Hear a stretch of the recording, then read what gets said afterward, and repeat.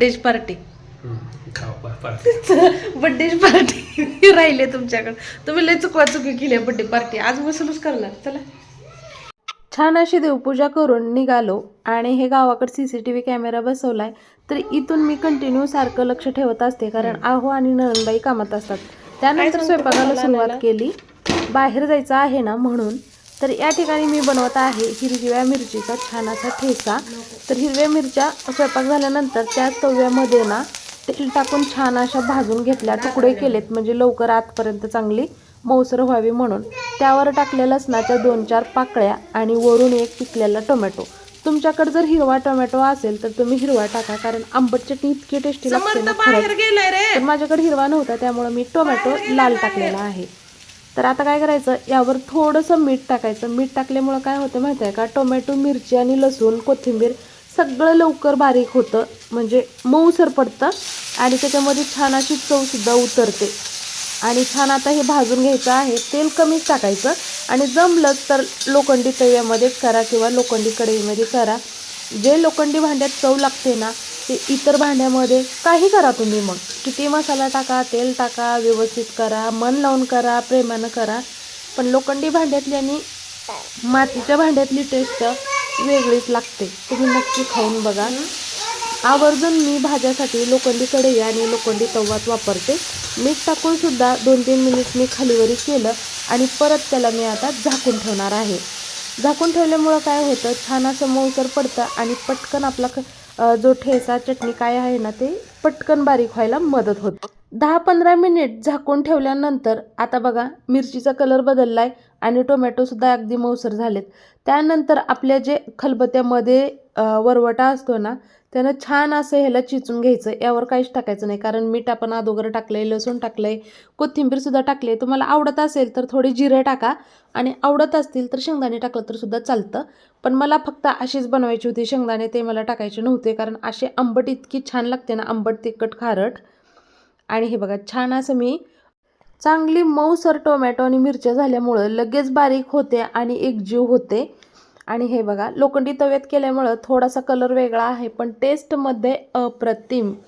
तुम्ही मग कसलीही काही करा, याची टेस्ट ना कुठल्या याला अजिबात येणार नाही. तुम्हाला जर आवडत असेल तर वरून जिऱ्याचा तडका मारलं तरी चालतं, फोडणी टाकलं तर, पण मी नाही टाकणार कारण शेंगदाणे तेल हे मला कमीच वापरायचं आहे त्यामुळे मी कमीच टाकलं आहे. कामानिमित्त थोडंसं आहो आणि मी बाहेर चाललोय. समर्थ आणि पप्पा जाऊन आलेत, आता मी आणि आहो चाललोय बर्थडे पार्टी. बर्थडे पार्टी राहिले तुमच्याकडे. तुम्ही लय चुकी केली बर्थडे पार्टी. आज मसूलच करणार. चला हां क्लिअर आले की असं ब्लर आणि हालत होतं. सगळे म्हणायचे व्हिडिओ हलतोय, व्हिडिओ हलतोय. तर इथंच घेतला आपला मोबाईल, इथं केला त्याला रिपेअर अगदी 2 मिनिटात. इथं थोडं साहित्य घ्यायचं होतं म्हणून ह्या दुकानात गेलो आणि इथं इतकं छान स्वामी समर्थ महाराजांचं गाणं चालू होतं ना आणि मी इथं क्लॅरिटी चेक करत होते. छान असं क्लिअर येत होतं आणि गाडीवरूनच आहो ना म्हणले तुला काही साहित्य घ्यायचं असेल तर चल, म्हणून मी ह्या शॉपमध्ये गेले साहित्य घेण्यासाठी. आणि मी लिस्ट काढली नव्हती, मी मनातून म्हणलं नव्हतं की मला हे घ्यायचं ते घ्यायचं. आहो स्वतः म्हणले चला, म्हणलं मोक्यावर चोका मारू. म्हणून मी गेली आणि पाहिजे होतं तेवढं काय 700-800 रुपयाचं मी सामान खरेदी केलं बरं का. आणि काय सांगू, माझाच पचका झाले. आहोने माझ्याच फोनवरून स्कॅन मारलं, झाला माझा पचका. पार्टी तर लांबच राहिली, माझ्याच अंगावर पार्टी बसली.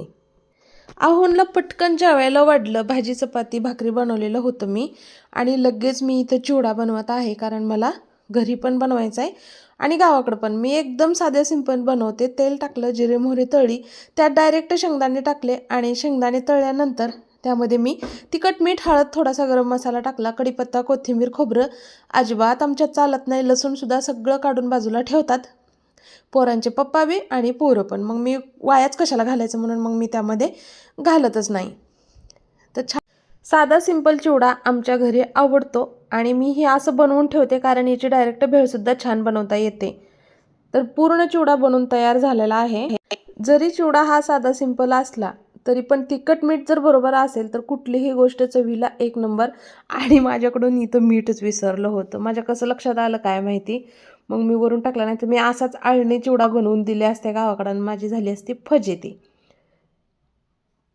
मग मीठ टाकून परत मला व्यवस्थित मिक्स करावं लागलं. जसं तेलात मीठ मिक्स होतं तसं वरून मीठ मिक्स होत नाही, उलट जास्त मेहनत लागते. आणि ती मेहनत मी जास्त केली आणि पूर्ण चिवड्याला मीठ लावून घेतलं.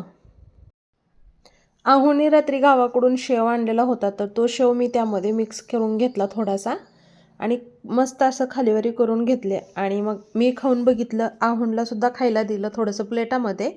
आणि थोडंसं अर्धाभर तास गार झाल्यानंतर मी लगेच कॅरी बॅग भरायला घेतली गावाकडे देण्यासाठी. आणि आज मी हळदी कुंकाला बाहेर जाणार आहे, तर समर्थला माझ्या फ्रेंडकडे सोडणार आहे. तर सार्थ आणि समर्थसाठी सुद्धा मी खाऊ बांधून देणार आहे. ह्या दोन विचार करूनच मी आज झटपट चिवडा बनवला होता. हे बघा सगळं मिक्स झालं, तर चला आता गावाकडे देण्यासाठी मी बांधत आहे. तर काही लोकांना वाटते की मी भरपूर प्रमाणात जेवण बनवते, तर ते मी 2 घराच्या हिशोबानं बनवते. लोकांना काय घेणं देणं आणि मला काही फरकसुद्धा पडत नाही, जाऊ दे तिकडं. चिवडा, भात, भाकरी, ठेचा आणि मस्त अशी डाळीची रस्सा भाजी बनवलेली. आपण इथे संपन्न करणार आहोत आणि हे प्रधान आहे त्यांचा सन्मान आणि सत्कार आपण सन्मान आपण करतोय. सन्माननीय श्री गुरुसाठी उपस्थित आहात, खरंच मनापासून धन्यवाद मानते. कारण धन्यवाद माने पण बाकीच्या सगळ्या निवडून गेलेले असतात, म्हणून आत्ताच धन्यवाद मानून घेते. सुरू करायचे ना मग. 1 2 3 जोरात धन्यवाद देणार आहे तुम्हाला. तोपर्यंत तयार राहा बाकीचे सगळे. इकडून सुरुवात करूया. त्याचा उखाणा घ्यायला आपल्याला हरकत आहे काय? काय तर पाठ करून बसत नाही, लगेच सुरुवात करते. बघा माझा पहिला उखाणा. बूंद बूंद से बनता है सागर, बूंद बूंद से बनता है सागर, सागर में मिलते हैं मोती, प्रशांति नाम की हमेशा जलती है दिल में ज्योति, हमेशा जलती है दिल में ज्योति. हाय हाय जोरात अजून जरा. रावांचं नाव घेतली, रंजना त्यांना पास नाही. पास नाही म्हणतो पास नाही म्हणतोय तो. उखाण्यासाठी जोर खाणं घेतलेला आहे. अशी साखरेची गोडी आयुष्यात आलेली आहे त्यांच्या. सत्कार वगैरे झालं नवीन नगरसेविकाचं ते. आणि त्यानंतर मग उखाणे झाले. उखाण्यानंतर डान्स. तर ह्या सुवर्णा आणि वैशाली माझे फ्रेंड आहेत, तर मला सुद्धा स्टेजवर ये म्हणत होत्या. पण काय माहिती मला स्टेजवर जाऊन असं एवढं म्हणजे डान्स करायला हे लहानपणापासूनच आवडत नाही आणि मी कधी केलासुद्धा नाही, त्यामुळे बहुतेक मला तसं वाटत असेल. तर बघा वैशाली कशी बिनधास्त डान्स करते, खूप बिनधास्त. आणि तिला नागिन म्हणून सांगोल्यामध्ये ओळखलं जातं. त्यानंतर इथं गेम चालू आहे, हात न लावता एकीच्या गळ्यातून दुसरीनं बॉल घ्यायचा. आणि ह्या फायनल आहेत, जवळजवळ 40-50 बायकामधून ह्या दोघी फायनलमध्ये गेलेल्या आहेत. आणि खूप छान हळदी कुंकाचा कार्यक्रम झाला, तेवढंच एन्जॉय. मी तसं असं घराच्या बाहेर जास्त पडत नाही, मला असं जास्त एवढं आवडत नाही, पण आजकाल थोडंसं मैत्रिणी चल हे